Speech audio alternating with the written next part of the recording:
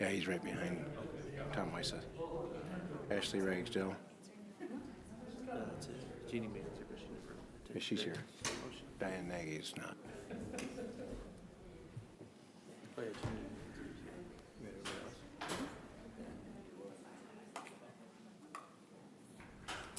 Okay, let's do this.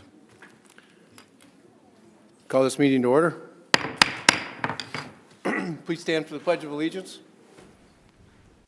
I pledge allegiance to the flag of the United States of America and to the republic for which it stands, one nation, under God, indivisible, with liberty and justice for all. Will the clerk please take attendance? Mr. Mayor, there are 6 council members present. Councilmember Wendell is absent this evening. All right, thank you. Action to approve the agenda. Entertain a motion to approve the agenda. So moved. Second. Comments from the public? Council have any comments on this particular subject? Please call the roll. Rasmussen. Aye. Specker. Aye. Tiltonburn. Aye. Avery. Aye. Doran. Niemeyer. Aye. Okay, item 4, open forum. Is there any member of the public who wishes to address the council on an item not listed on tonight's agenda? Okay, we'll move on. Consent agenda, action to approve the consent agenda. Are there any items to be removed from the consent agenda? Seeing none, entertain a motion to approve the consent agenda. So moved. Second. Is there any public comment on any of the items on our consent agenda this evening? Council have any questions, comments? Please call the roll. Specker. Aye. Tiltonburn. Aye. Avery. Aye. Doran. Niemeyer. Aye. Rasmussen. Aye. Okay, we do have a proclamation this evening.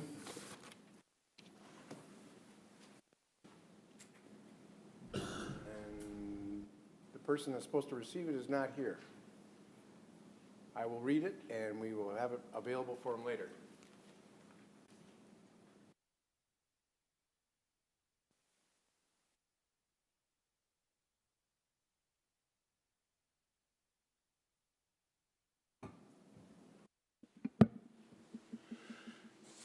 Mayoral proclamation. Whereas Dr. Martin Luther King Jr. awakened the hearts of Americans by calling for equality amongst citizens and challenged all to participate in the never-ending work of building a more perfect union. And whereas every person has a right to be provided opportunities to learn, grow, and thrive in an environment that does not violate their dignity, safety, or humanity. And whereas our community is made better when citizens live by Dr. King's philosophy to work together to better humankind as a united body. And whereas the community is invited to join the rally and parade starting at 10 a.m. at Club 71 at the Dana J. Dykhouse Stadium on the campus of SDSU on January 20th, 2025. I do hereby proclaim that Monday, January 20, 2025 is Dr. Martin Luther King Jr. Rally and Parade Day. Thank you.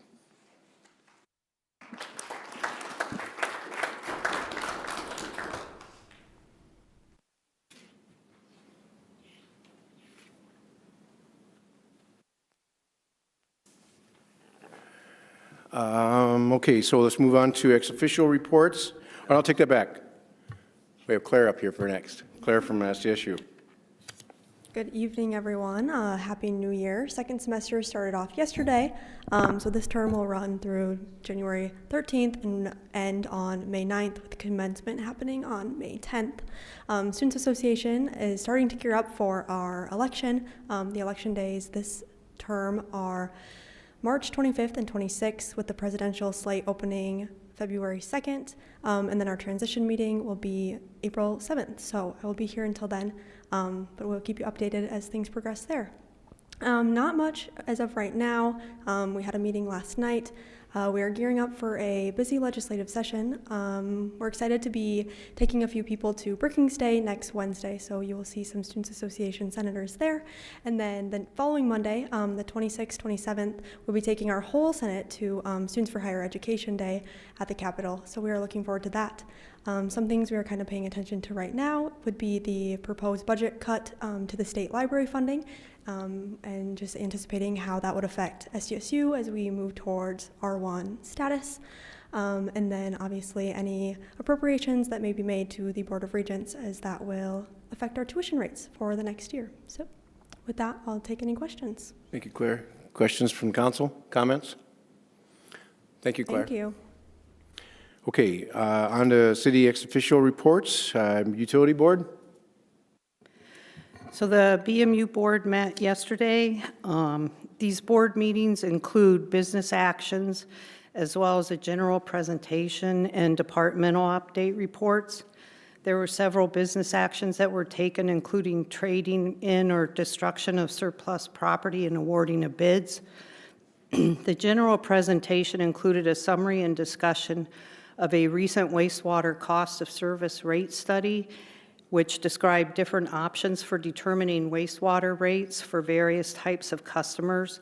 And the goal is to ensure that rates are fair and equitable. So this was just a report, no action was taken.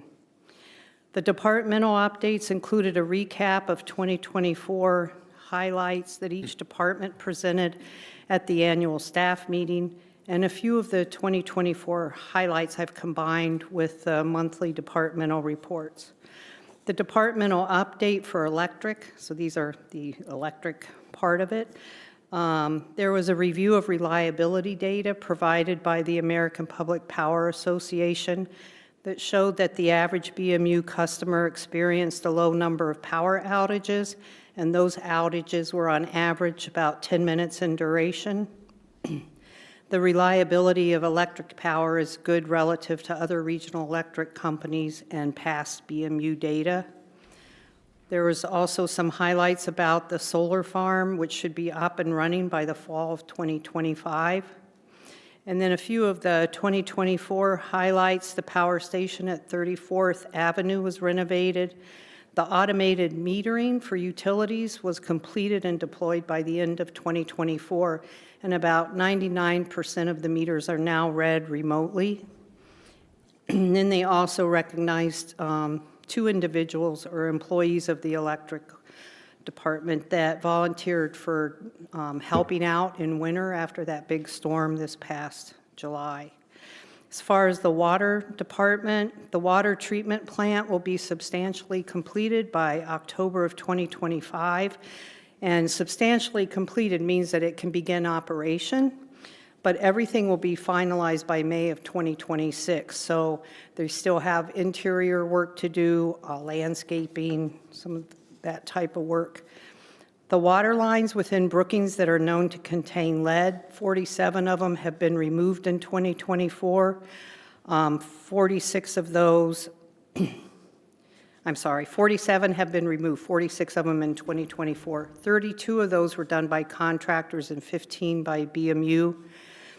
And then they provided some highlights about how the water system performed during the recent downtown fire. The pressure did remain consistent throughout the fire. They did have to turn on the pump sort of at full capacity. And the combined flow rate from all of the efforts was 5,000 gallons per minute. All the water towers remained at about above half full, which is critical for keeping compression within the lines. Compression, that's not the right word. Pressure. And there was an estimated 1.6 million gallons of water that was used to fight that fire. In terms of telecommunication, TV migration occurred in 2024 with a new lineup of shows that's been completed. The new communication tower was constructed on 6th Street. One of the things that SwiftTel is doing is there's a minimal internet speed that's now required by the FCC, and that's SwiftTel has been working on increasing the speeds that people have locally that fall below that. And if you're affected by those changes, you will be receiving a letter in the mail in the near future. BMU is also looking into 10 gigabyte broadband, and they are currently using this in some of the larger apartment buildings within Brookings. Coming up, SwiftTel will be testing internet speeds and latency and reporting information to the FCC. This reporting ensures that providers are meeting their performance standards. The BMU is also working on new broadband standardization labels that are now required that will allow consumers to compare different packages as well within a company as well as between companies. On New Year's Eve afternoon, a privately owned bus backed into a fiber and copper facility. This led to no cable service for 19 homes and 12 businesses, including this building. All services were restored by 7:30 that evening. The administration people summarized various activities that occurred in 2024 for employees, and that included a list of the volunteer activities that BMU and their employees have been involved in. It was. Thank you, Bonnie. Any questions from council on any of the items? All right, hospital report. Go ahead, Andrew. Thank you. The Brookings Hospital Board met in about mid-December, kind of a brief meeting. Some of the topics that we covered, we got an overview of the current uses of artificial intelligence in the hospital. Right now, it's primarily just doctors using it to help with their note-taking abilities. Reviewed the results of a pulse survey. Pulse surveys are just kind of informal check-ins on the hospital employees. They were excited to announce that they had an increase in overall employee satisfaction was shown in the survey results. We also reviewed participation numbers through various insurance providers. Biggest highlight there, I guess, would be there was an increase in Medicare Advantage participants from this year over last year. And then some housekeeping details for the board. They elected new officers and updated committee assignments. And then we also said goodbye and thanked some of the outgoing board members, Jim Morgan and Dick Peterson, and thanked them for their many years of service to the Brookings Hospital Board. All right, thanks, Councilmember Rasmussen. Any questions for Councilmember Rasmussen on his report? All right, we'll move on. Contracts and change orders. Item 7A, action on resolution 25-007, a resolution authorizing the lease of 50 Club Card Tempo golf carts through MB Golf LLC. Kristen Zimmerman, our Park and Rec Director, will present this item. Thank you, Mayor, members of the council. Kristen Zimmerman, Parks, Recreation, and Forestry Director. The item before you is a contract through Sourcewell, which is a government purchasing co-op, in the amount of $376,000 and some change for a 5-year contract. Perfect. The previous agreement was signed before the 2020 operating season. Since then, the golf cart prices have doubled. So that's why we're seeing a significant increase in our annual contract. So our annual contract has increased about $40,000. That's due to a couple different factors. One, adding additional carts. The golf course is really busy, which is a great problem to have. And we love that our golfers participate somewhat regularly, but that uses a lot of our golf carts. And then also, the increased usage and then also the increased cost of the golf carts. Some of the really nice features about the contract that is proposed is it, instead of the traditional cell battery cars, we are moving over into the lithium. That will allow for decreased charging times and also increased usage. So we were having some problems with the carts not being able to last a full day and not being able to get the charge. And so we'll be able to operate with just 50 carts. Another really cool feature about this, the new carts, is they have what's called the golfer experience attached. So it's a play-by-play of each hole, so it tells them where they're at. For us, it also gives us an opportunity to reach out to the golfers. So whether it's sponsorships or city information, we can update with construction projects on the golf course. We can do that with whatever else is going on in the city.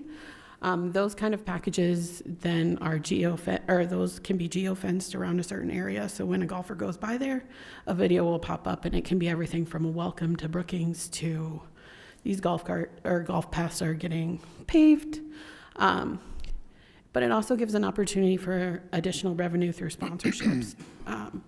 So to mitigate some of the costs, because it is pretty significant, a $40,000 hit to our budget every year is a pretty significant increase. The proposed fees, which you're seeing on the screen now, will go to City Council next meeting. As you can see, we kept the regular golfing fees pretty reasonable, just with the cost of living increase.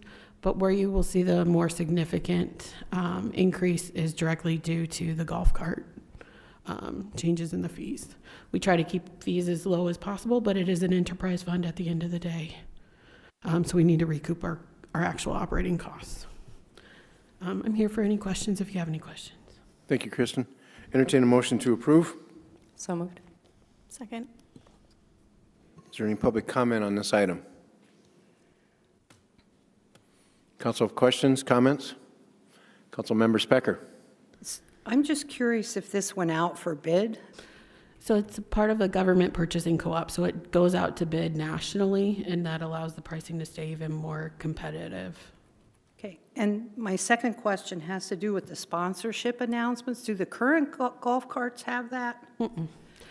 So can you recover some of the cost of this through those sponsorships? Yeah, so some of that would be taken into account. Any of those sponsorship dollars that we would get for the golf carts then would be rolled up, because it is an enterprise fund, would just stay with that account that we could use for various golf cart or golf course improvements or further cover our operating costs. Thank you. Councilmember Dern. Thank you, Mayor. What is the timeline of when we would receive these new carts since we're switching over to the lithium, just in time for the season, or what does that look like? Yep, we would receive them in time for the season start, mid-March or April, depending on the weather. Sure. And then I know 5 years is a ways to project out, but did this organization give any kind of inkling of if the price would, or the cost would continue to increase? It's guaranteed for 5 years. So every time we enter into a new contract, that's when we'll see the price. So in 5 years from now, we'll probably have the same conversation again. Okay, but they didn't say anything about like after 5 years. I know this is locked in for 5 years, but Yep. looking kind of No, even there's further no- out. Sure. There's no forecasting that far out. Okay, thank you. All right. Any other questions for Kristen? Please call the roll. Tildenburn. Aye. Avery. Aye. Doran. Aye. Niemeyer. Aye. Rasmussen. Aye. Specker. Aye. Okay. Item 8, first readings. Item 8A, introduction and first reading on ordinance 25-001, an ordinance accepting the report of the Brookings City Charter Commission pursuant to Section 8-8.01C of the Brookings City Charter, ratifying the formation of the Charter Commission and setting an election date for submission of the proposed charter amendments to the voters of the City of Brookings. David Gilbertson, Commission Chair, and Paul Bursino, City Manager, will present this item. Actually, I believe it's the chair and co-chair will be presenting Well, these okay, items. let's There go we with that. Okay. Good evening, Mayor and members of the council. Excuse me, I'm coming off a cold. As the mayor said, my name is David Gilbertson. I am the chair of the committee. With me tonight is Dr. Lisa Hager, who is the vice chair. We are here tonight to present to you our completed work product on the proposed new charter, and we tried to overall avoid specifics because we felt that was best left under this system of government to the discretion of the council based on the issues that face you at that time. If it's in this charter, the only way you can change it is to hold a citywide election, which is expensive and time-consuming. It is very general in nature, but if you look at the United States Constitution, that is too. And so that was kind of our guiding star, to cover what we needed to, but not go into specifics that were probably better left for another day. A couple of things that came up last time was the question about the selection of the city clerk, and I think the current and final draft says that the city manager shall recommend the appointment of a city clerk subject to the advice and confirmation by the city council. The clerk will be supervised by the city manager in consultation with the city council. The clerk shall give notice of council meetings to its members and the public, keep the journal of its proceedings, and perform such other duties as are assigned by this charter or by the council or by state law. What this does is basically the same system as the federal government's doing right now in selecting the cabinet officers. You folks would have to give your advice and consent to a recommendation by the city manager and to the selection of the clerk. And the city attorney is basically the same language. The city manager shall recommend the appointment of a city attorney subject to the advice and confirmation by the city council. The city attorney will be supervised by the city manager in consultation with the city council. The city attorney shall serve as the chief legal advisor to the council, and all city departments, offices, and agencies shall represent the city in all legal proceedings and shall perform any other duties prescribed by state law, by this charter, or by ordinance. The city attorney must be an attorney licensed by the state of South Dakota. Once again, the same system. The nomination is basically made by the city manager, and then the council decides whether to confirm that appointment or not. So it's a cooperative agreement, once again, the same as what the state does and what the federal government does. There was another question last time, too, about a reference to public records. And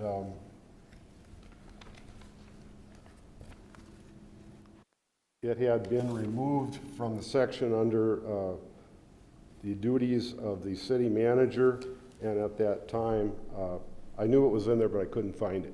I now found it. It is now section 5 under its own subsection called Public Records. That's on page 14 of the draft, and it says copies of the budget, capital improvement plan, independent audits, and appropriation and revenue ordinances shall be public records and shall be made available to the public at suitable places in the city, including the city's official website.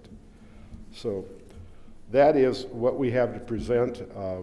You know, when you think about it, in a person's day-to-day life, most of us, I didn't know we had a city charter before I got in on this. I don't imagine a whole lot of people did. But when you look at what it controls in your day-to-day lives, it controls the fire department here. Obviously, we needed that. It controls police department. It controls sewer, water, everything that you really use every day. Turn the tap on the water without even thinking about it. So it's a pretty essential document because it's the mother law of the city of Brookings. And so I hope that it will be given serious consideration if it goes to the election in April and the public will approve it.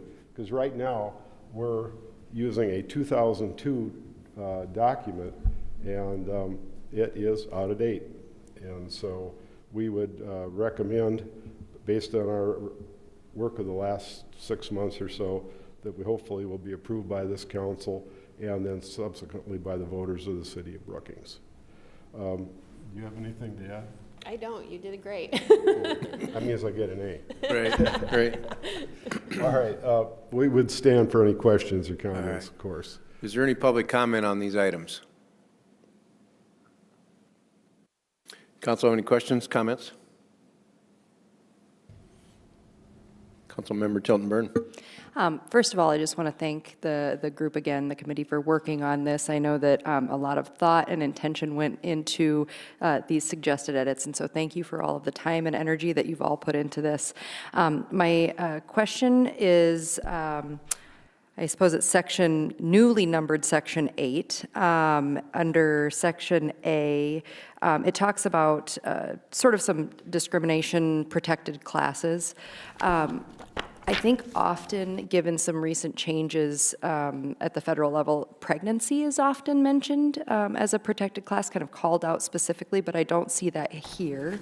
I'm wondering if there's any benefit to perhaps adding that, given I do think it's sort of a newly added term more recently in those kinds of. We talked a lot about the protected classes, and it's changed so much in the last 10 years.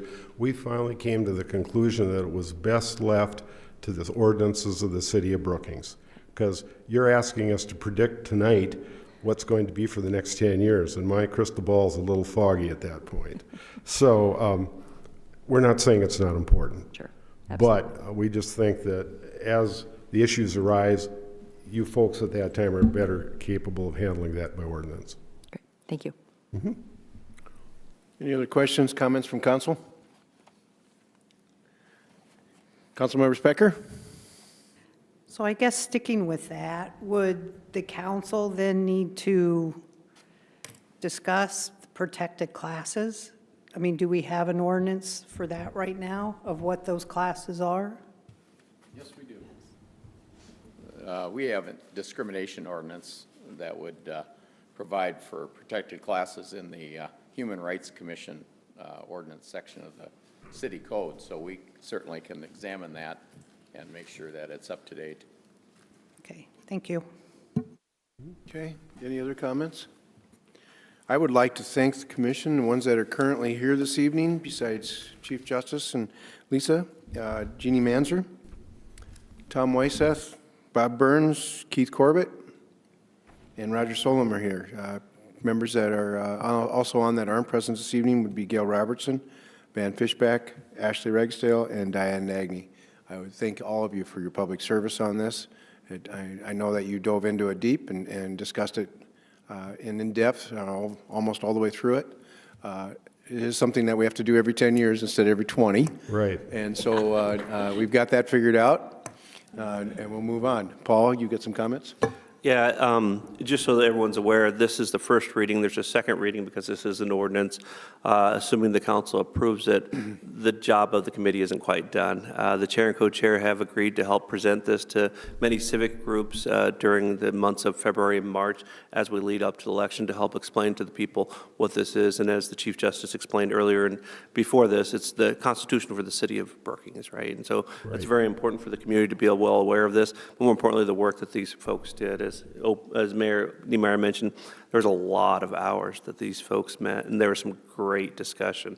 I was just excited to be a fly on the wall to hear the conversations, and I echo the mayor and I'm sure the council's sentiments. Thank you for all your hard work, participation in this process.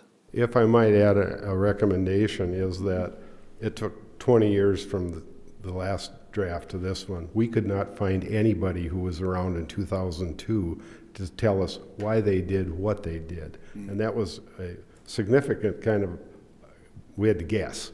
So by closing it to 10 years, hopefully a lot of you folks will still be around in 10 years, even if you're not in city government, and you can tell your successors why it was important to us today. Very well said. Thank you very much. Thank you.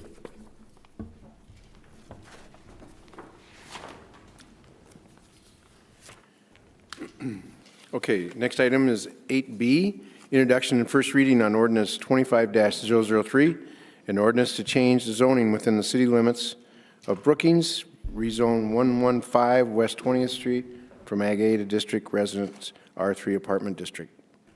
Mike Struck, our Community Development Director, will present this item. Thank you, Mayor and members of the council. The ordinance before you tonight is a rezoning for an approximately 30-acre parcel on the west edge of Brookings. The proposal is to rezone from an agricultural district to an R3 apartment district. This is also part of what we call a large-scale residential development district. There's two components to it. The rezoning is the first reading tonight. There'll be a second reading and public hearing in a couple of weeks. And then that LSRD, or the preliminary plat, will be follow that rezoning action in a couple weeks. This property was annexed into the city in March of 2024. There was a future land use map amendment. A portion of, or half of the property was identified for medium density. The other half was kind of in an open space wetland area. We changed that part to medium-density residential, which would support residential development of approximately 4 to 12 units per acre. This is consistent with the strategic goal of economic growth in the community. It does come to you with a unanimous recommendation for approval from the Planning Commission, and the Development Review Team supports the request.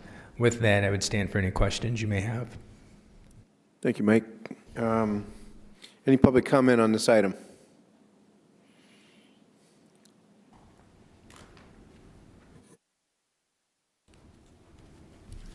Good evening, Mayor, members of the council.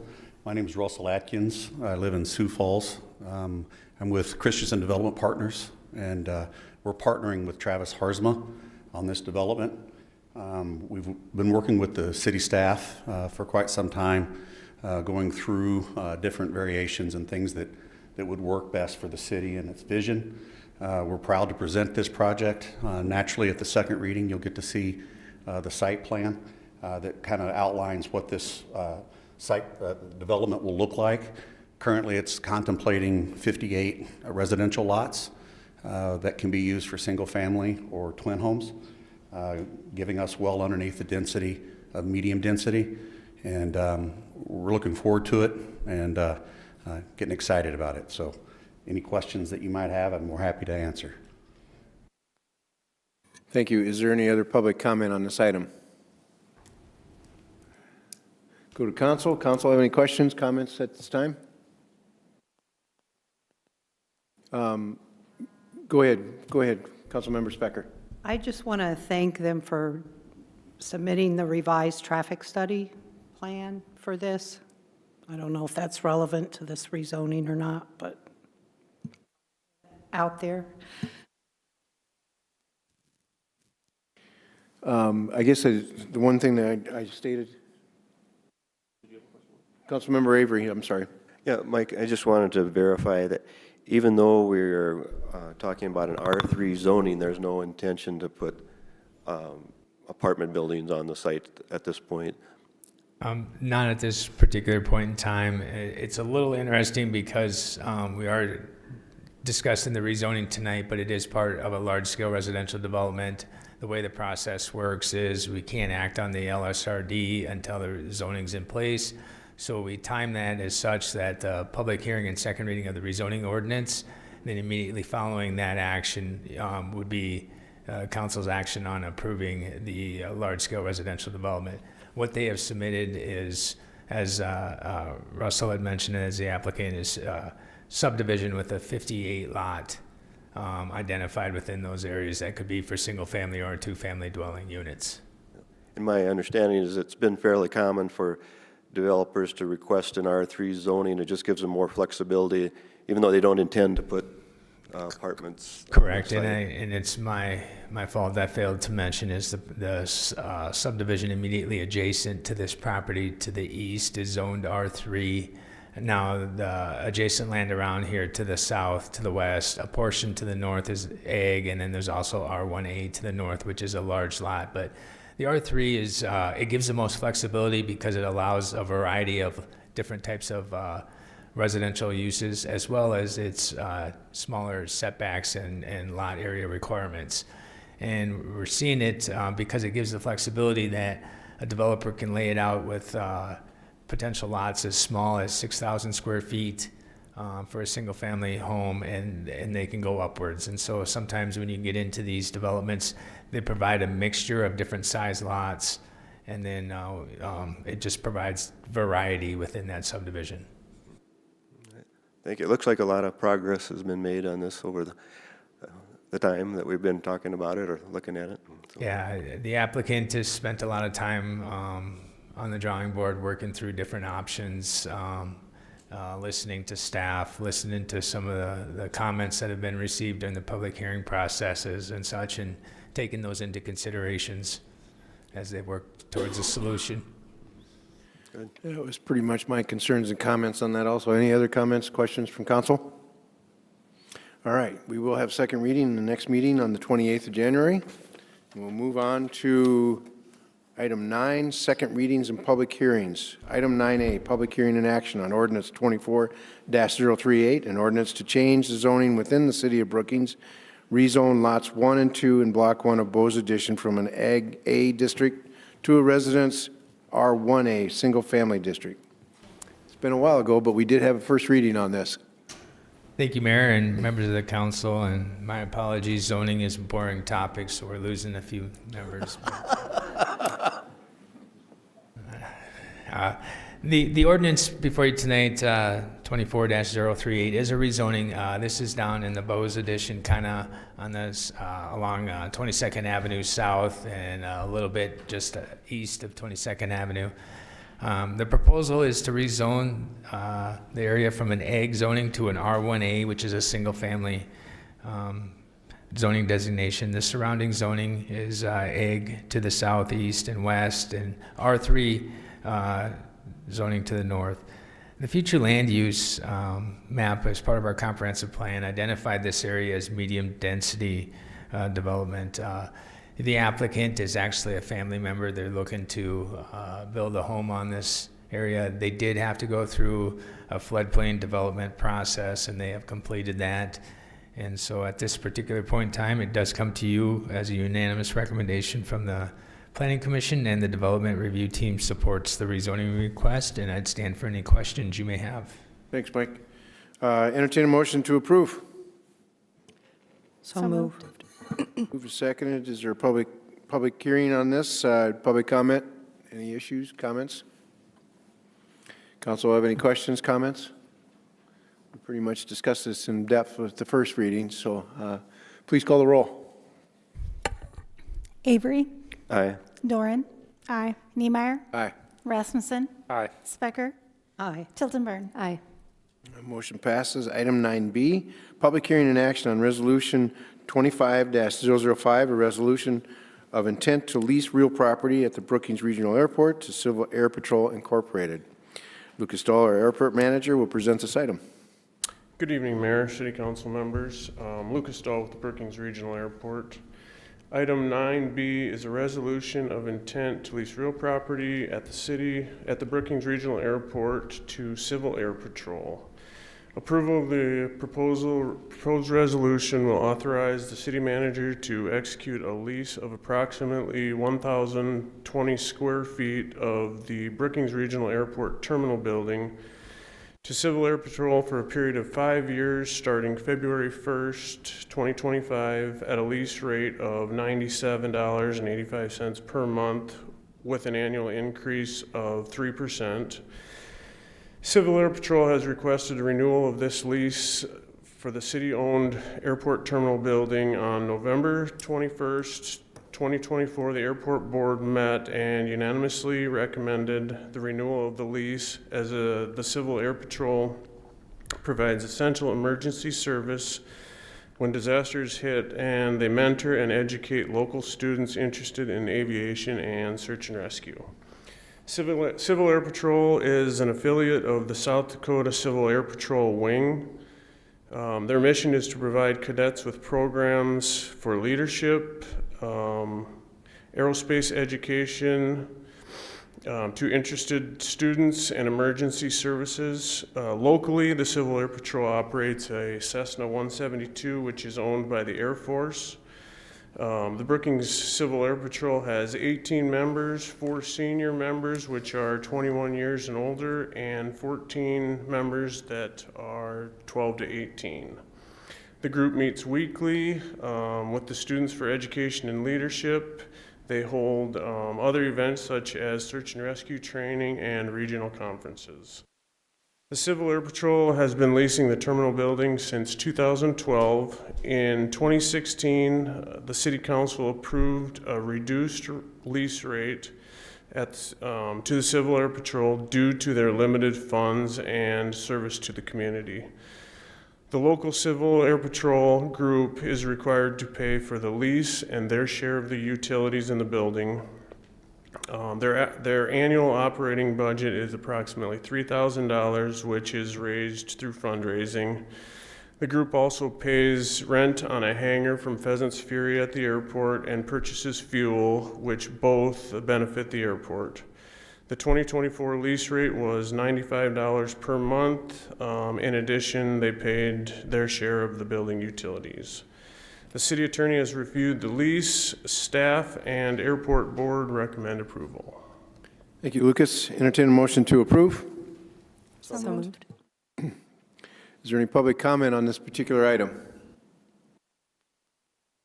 Seeing none, council have any questions, comments? Very nice narrative, Lucas. Appreciate that. Please call the roll. Doran.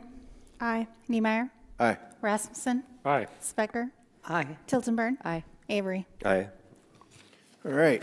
Item 9C, public hearing and action on a request for an on-off malt license with video lottery authorization for GP2 LLC to be located at 406 Main Avenue, Suite D. Bonnie Foster, our city clerk, will present this item. Mayor and council members, I will give you a briefing on both items 9C for the malt license and 9D for the video lottery authorization together. Separate action will be taken on both of those items. Kevin Grunwald, who is the owner of GP2 LLC, has applied for an on-off malt license with video lottery authorization to operate at 406 Main Avenue, Suite D. The available video lottery authorization was held inactive by a prior individual since its issuance back in 2013. An annual renewal for that malt license was missed, and the license reverted back to the city. The application before you this evening is the first application we have received in this time since this authorization has sat on the shelf. Some important historical information to remind you of is the City Council approved code in 2023, limiting the number of video lottery authorizations in the city to 30 until the city's population reaches 26,377 individuals. The city's current population as of 2022 was 23,993. Each video lottery authorization allows up to 10 video lottery machines. The artist renderings provided in your packet this evening do indicate compliance with state law guidelines. Mr. Grunwald is present this evening if the council has any questions for him. And if the council does decide to approve both of these items, the final review and license issuance will be done by the South Dakota Department of Revenue and the South Dakota State Video Lottery Office in Pierre. I stand by for any questions you may have.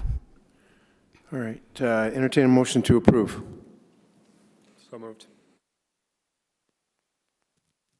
Second. All right. Open public hearing on this item. Is there public comment? This will be your time. Good evening, guys. So I'm been remodeling the old Friends of Memories building. The area is an alleyway. I own other properties downtown. It's just kind of a good use of space because sometimes alleys aren't readily used in our areas, I guess, at all. So I guess best use of space I could create for this area. So I went and checked with the city to see if there was anything available, and this one was up. So I figured I would venture to try out a new business. Do you guys have any questions? All right. Is there any other public comment? Seeing none, council have questions, comments on this item? Councilmember Rasmussen. Thank you. Just a question for Bonnie. The location map shows that entire kind of L-shaped area. Does this licensure apply to that whole area, or is it more defined? It would be more defined as the map in your packet provided. The map that I pull for the location is off of Beacon. It wouldn't let me get more specific than that. Sounds good. Thank you.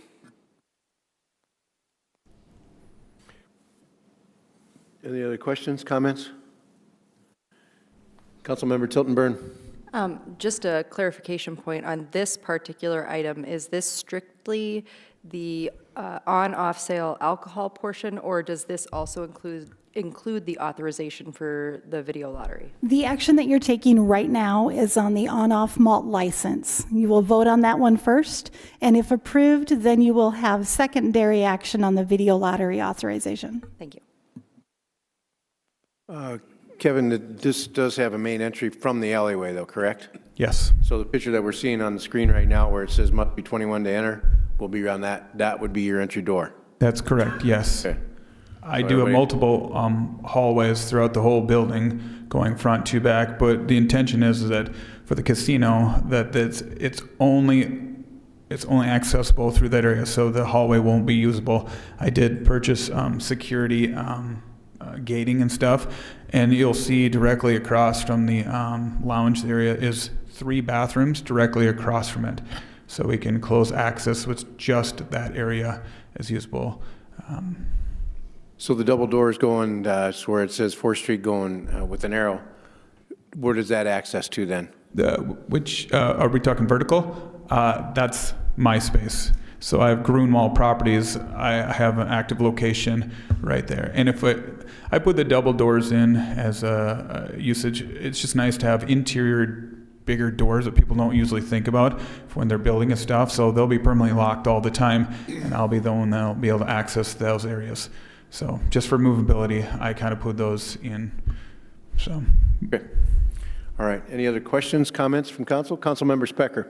I guess I'm just a little confused. If you look at the map, I think, yeah, this one. So you're talking about that corner in the northeast? Is that where this is? So the top right in my visual. Yep. So yes, toward northeast. Okay. You can kind of see a dark outline there. Yep. That would be the corner in the northeast of that yellow. Okay, so there would be access from the alley and then access from those 2 other places. The front?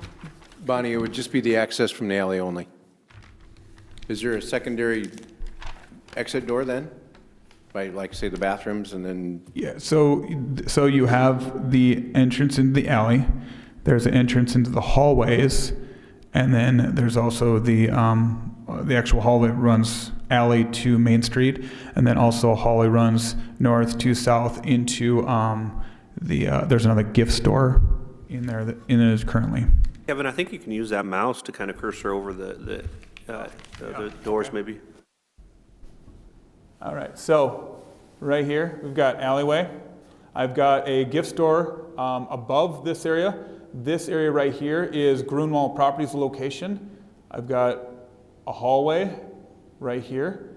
And then this is bathroom, bathroom, bathroom.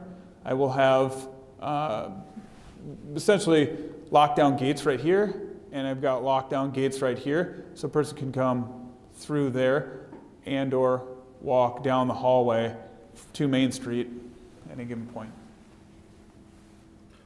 So the only public access, though, is from the alley, correct? Yes. Are we requiring people to have a second exit door, just in case of emergencies, or is that not necessary? I'm just asking the question. It is required to have a secondary access for exit only in the case of an emergency. Okay. So that would be the bathroom hallway then? Kevin, is that Yeah. correct? Yes. Okay. Yep. All right. Council have any other questions? Please call the roll. Niemeyer. Aye. Rasmussen. Aye. Specker. Hiltonburn. Aye. Avery. Aye. Doran. Aye. All right, we'll move on to item 9D, request for the video lottery license for this particular item. Bonnie, if you want to present this, we've already pretty much got a presentation, but you can just come on with this. Yes, if you have any additional questions on what I presented prior, please let me know. All right, open it for public hearing.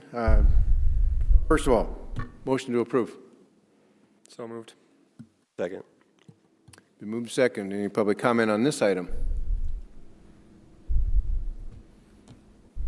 Council have questions, comments? Please call the, Councilmember Tilton Burn.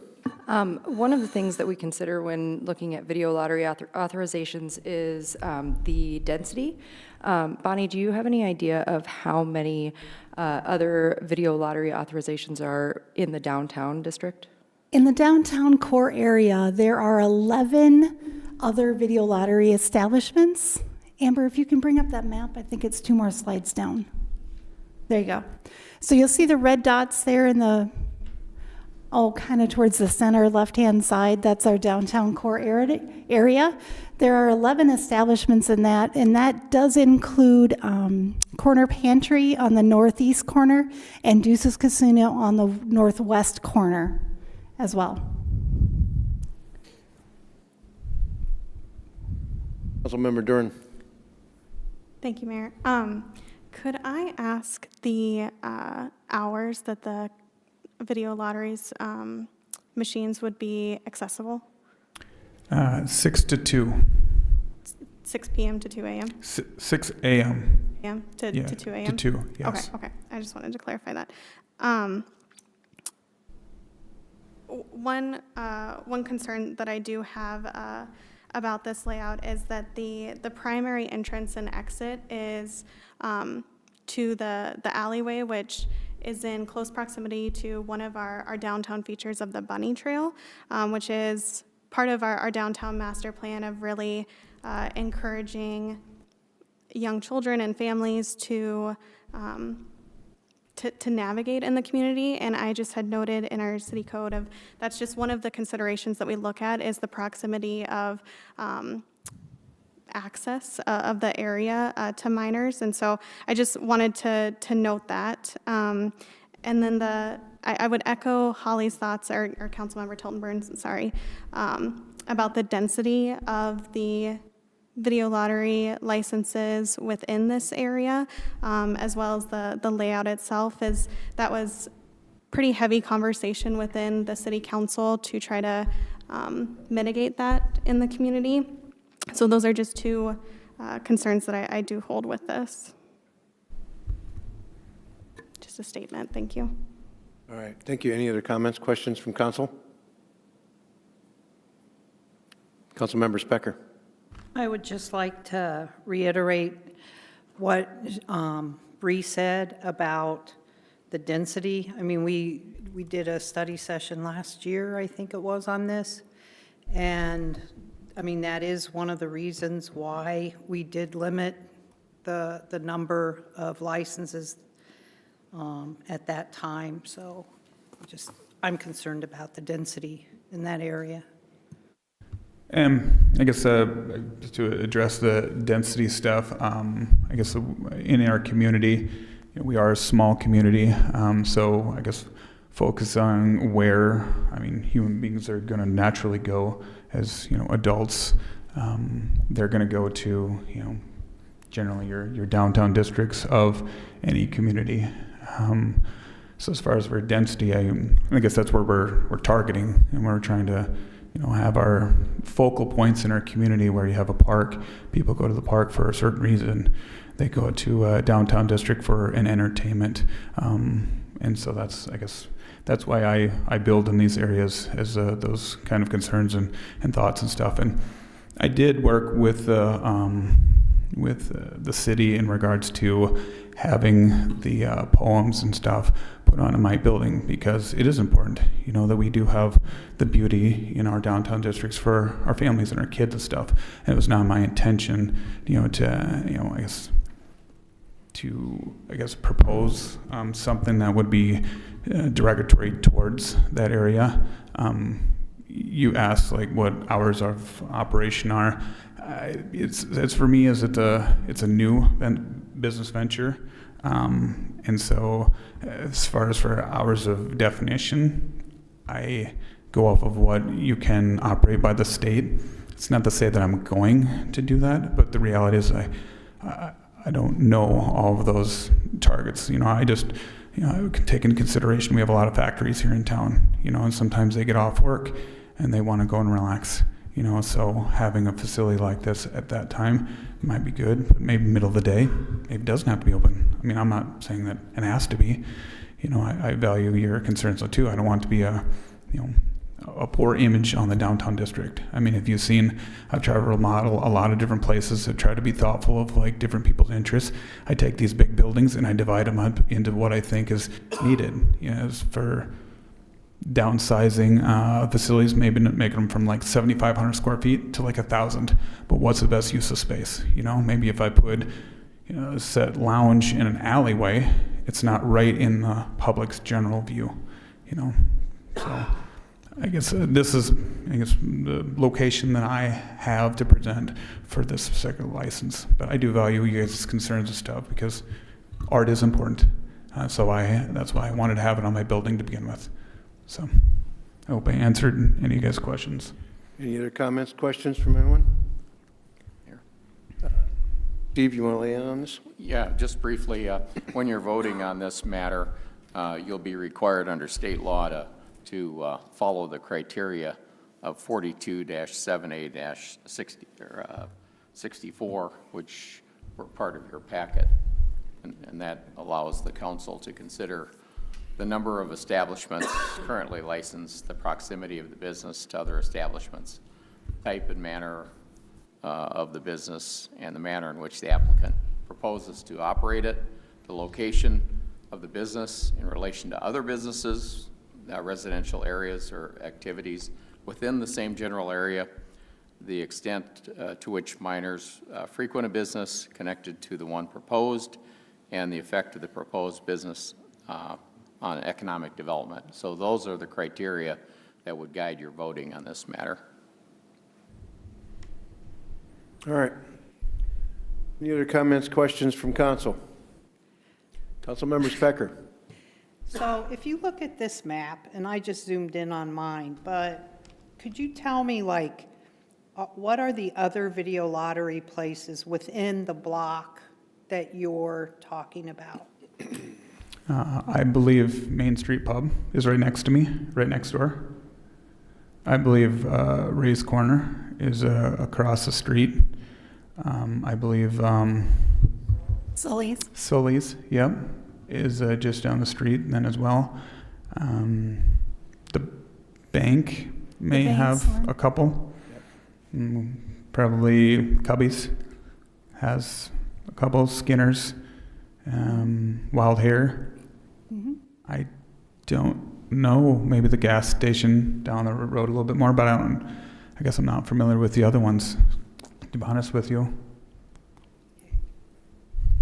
Bonnie, there's one on North Main and 6th Street. Is that BFW? Yes. Okay. And then, of course, you've got Deuces and then Corner Pantry. Corner Pantry. Those are pretty much the places. Councilmember Tilton Burn. Looking at the map of the location, it seems that the building itself, the sort of L shape, I believe one of the businesses sort of connected adjacent to the building is Play. Is that, do you know, Kevin, is that correct? Play is on 4th Street and then down to the west. So it'd be the one directly next to the yellow line on the 4th Street side there? Yes. So just for clarification, Play is a tutoring space for young children. Okay. I think we've kind of hashed this out. Please call the roll. Rasmussen? Aye. Specker? No. Tilton Burn? No.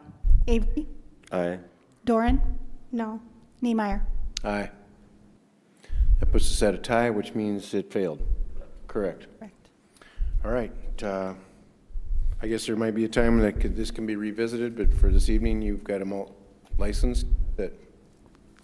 Okay, so I guess what's the next step? I revisit this at a different... Yes, we will revisit this at another time.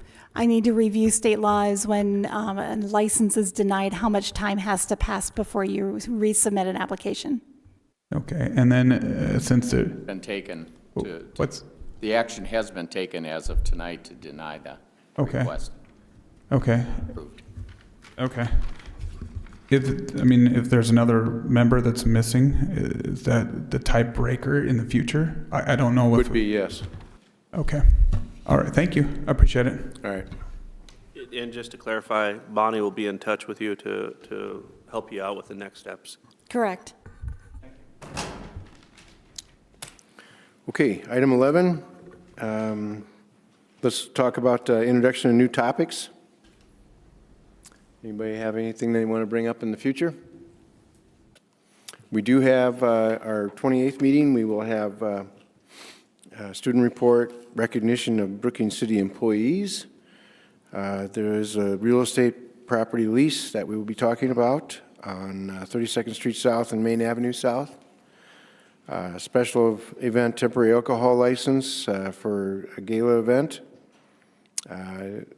Edgebrook Golf Course fee changes. And then we have the first readings this evening, and we'll have second readings on. City progress report from the Assistant of the City Manager. With that being said, we will probably move on to executive session. We will not be doing any business after that, and we will retire down to room number 241.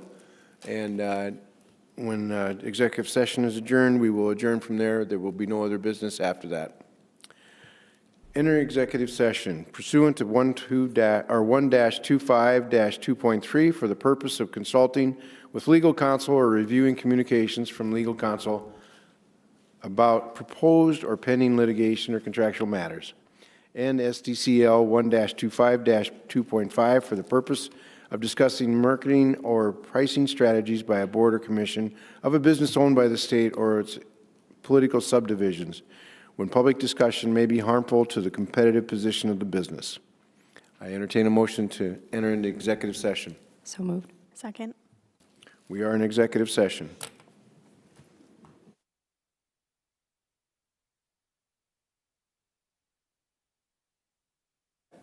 Aye. Those opposed, same sign. We are in executive session.